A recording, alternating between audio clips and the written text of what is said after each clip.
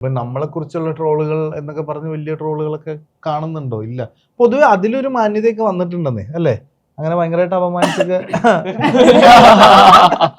പോസിറ്റീവായിട്ട് കളിയാക്കും. ഇപ്പൊ എപ്പോഴും തമാശ അങ്ങനെയാണല്ലോ. അങ്ങനത്തെ ട്രോൾസ് നമ്മൾ എൻജോയ് ചെയ്യും. പക്ഷെ ഈ പറയുന്ന പോലെ ഈ കമന്റുളികൾ എന്നൊക്കെ പറയില്ലേ, അത് പ്രശ്നം തന്നെയാണ്. ഇങ്ങനത്തെ ആൾക്കാർ കമന്റ് ചെയ്യാൻ വേണ്ടിയിട്ട് പല സ്ഥലങ്ങളിലും അവര് നോക്കൂ അനുപമയെ കാണാൻ എന്ത് സുന്ദരിയാലേ. അയ്യോ അത് എനിക്ക് അതിനെ കുറിച്ച് ഞാൻ rage biting is the most toxic thing ever. ഞാനും അമ്പിളിച്ചേട്ടൻ ജഗദീശ്വറും ഇങ്ങനെയൊക്കെ കാണുമ്പോഴാണ് ഈ കിളവനൊക്കെ എടുത്ത് കിണറ്റിലിടാൻ തോന്നുന്നു പറഞ്ഞിട്ടായിരുന്നു കേട്ടോ.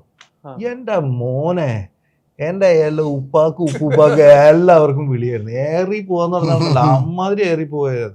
എന്തോരം കമന്റ്, ഞാൻ ഒരു 12,500 കമന്റ് എനിക്ക് തെറിയായിരുന്നു. റൊമാൻസ് എന്ന് പറഞ്ഞ പടം ഇറങ്ങിയ സമയത്ത് ഞാൻ പത്മ തിയേറ്റർ വണ്ടി അപ്പുറത്ത് പാർക്ക് ചെയ്ത സ്ഥലം കിട്ടിയില്ല. അപ്പുറത്ത് പാർക്ക് ചെയ്തിട്ട് ക്രോസ് ചെയ്ത് വരിക, ഒരു പുള്ളി ഷൂട്ട് ചെയ്തു. സാധാരണക്കാരനെ പോലെ ശ്യാമോഹൻ റോഡ് മുറിച്ച് കിടക്കുന്നത്